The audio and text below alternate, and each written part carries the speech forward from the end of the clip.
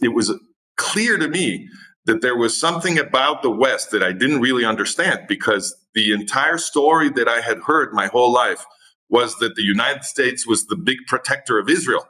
But if the United States is forcing the organization created by the exterminator of the European Jews onto the Jewish state, when the Jewish state was created to protect the Jewish people from Nazi genocides, then what was the United States doing introducing this organization created by the Nazi killer of the Jews into the Jewish state?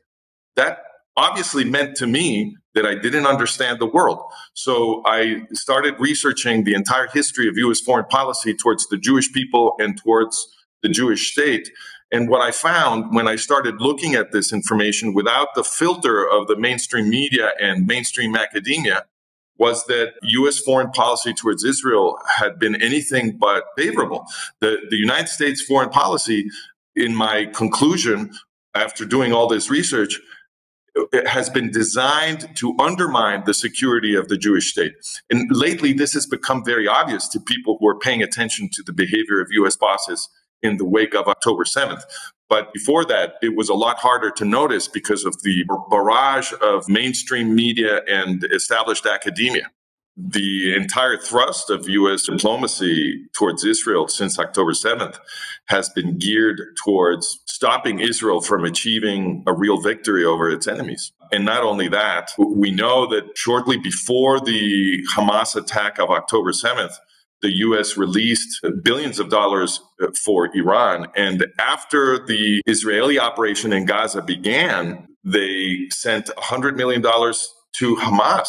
But it's even worse than that, because we know that the U.S. bosses are very intimately allied with Qatar. They have their most important military base in the Middle East in Qatar.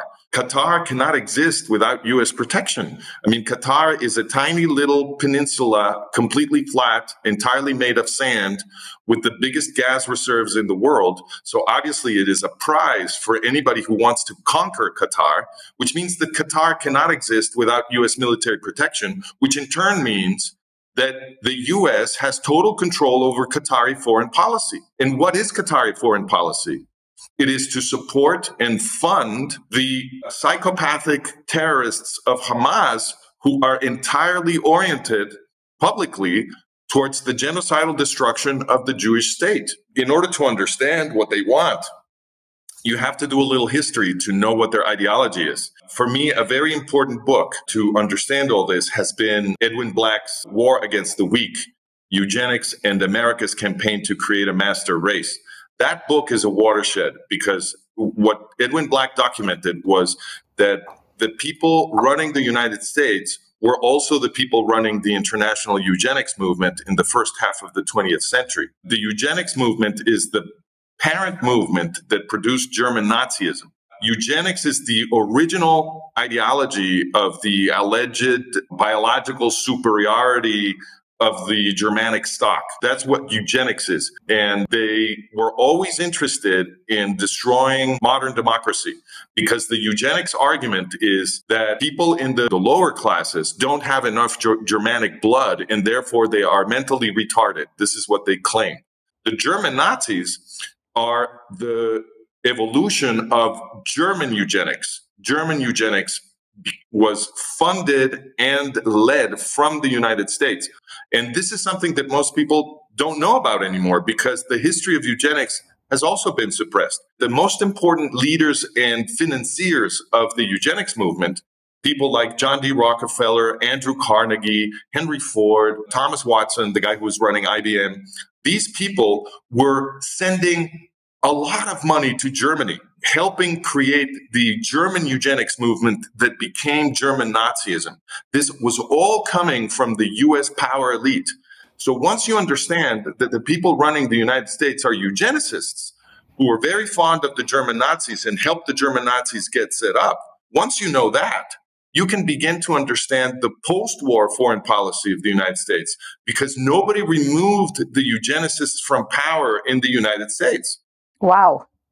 I mean, the names Ford and Rockefeller and so on resonate very strongly with all kinds of conspiracy theories which are probably not theories. This is all extremely disturbing.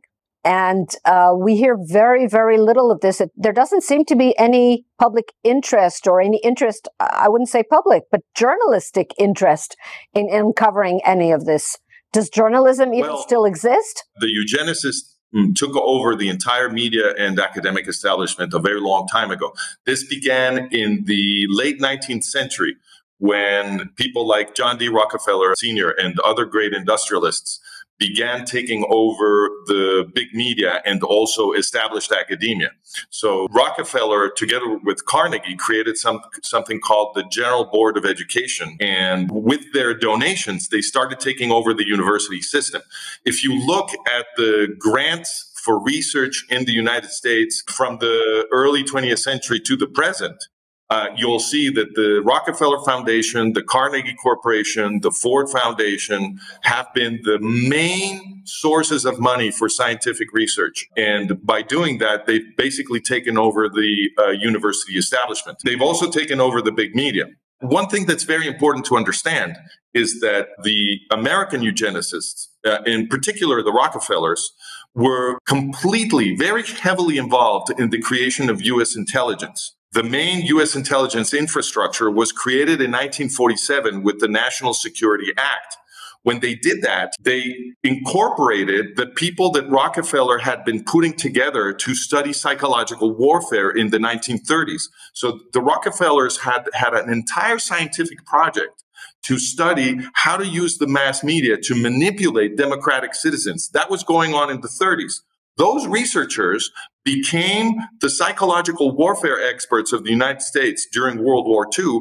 And after World War II, they became the professors of communications research in high prestige universities and these professors were being funded by the CIA clandestinely so that they would create these communications departments that train absolutely everybody that works in the media, in the modern media system. So through the intelligence services, the eugenicists acquired control of the entire media space that, quote unquote, informs people about what's supposedly going on.